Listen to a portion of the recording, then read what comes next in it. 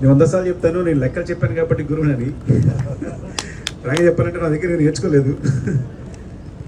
అంటే ఎప్పుడు భయపడతాడు. ఉప్పిన సినిమా జరిగేటప్పుడు కూడా విలన్ క్యారెక్టర్ ఎవరు అంటే విజయ్ సేతుపతి సార్ అంటాడు. విజయ్ సేతుపతి ఎందుకు చేస్తాడు అంటారు, ఆయన ఏం చేస్తాడని. అంటే ఈ డ్రీమ్స్ బిగ్ అనమాట, ఎప్పుడు బిగ్ బిగ్ బిగ్.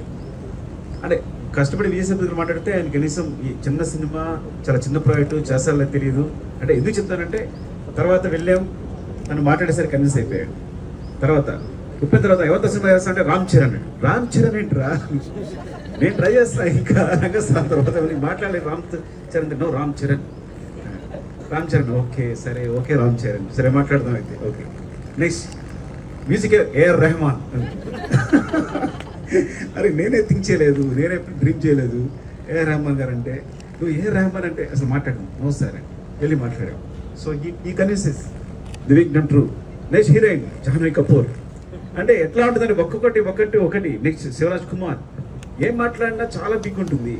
బికాస్ వాడి సబ్జెక్టు, వాడి కాన్ఫిడెన్స్, వాడి సబ్జెక్ట్ కోసం కష్టపడే విధానం, అంటే చాలా హార్డ్ వర్క్ చేస్తాడు. ముందు ఆ స్క్రిప్ట్ మీద తనకున్న డిమాండ్, తనకున్న కాన్ఫిడెన్స్ చూసారు. ఆ కాన్ఫిడెన్స్ అంతటిని ఇంత డ్రీమ్ బిగ్ చేసేటట్టు ఆలోచన చేస్తుంది.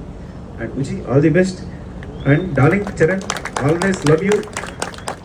ఒక్కసారి ఒక్కసారి వెళ్ళి తను కూర్చున్నాడు, అలా బాసేసి కూర్చుని, నేను కూర్చున్న సోఫాలో కూర్చున్నా, తను కథ విన్నాడు, విని డార్లింగ్ సినిమా చేస్తూ ఉన్నాడు. వెరీ సింపుల్, చాలా సింపుల్గా అయిపోయింది. ఎంత సింపుల్గా అయిపోయిందంటే అలా వెళ్ళడం, కూర్చోవడం, తన కథ చెప్పడం అని అంత నమ్మకం. Which so much. ఇంత జర్నీ మా అందరికీ ఇంత ముందు రావడం కారణం మీరు, రవి గారు. And I'm very thankful to you Naveen గారు. థ్యాంక్ యూ అండి.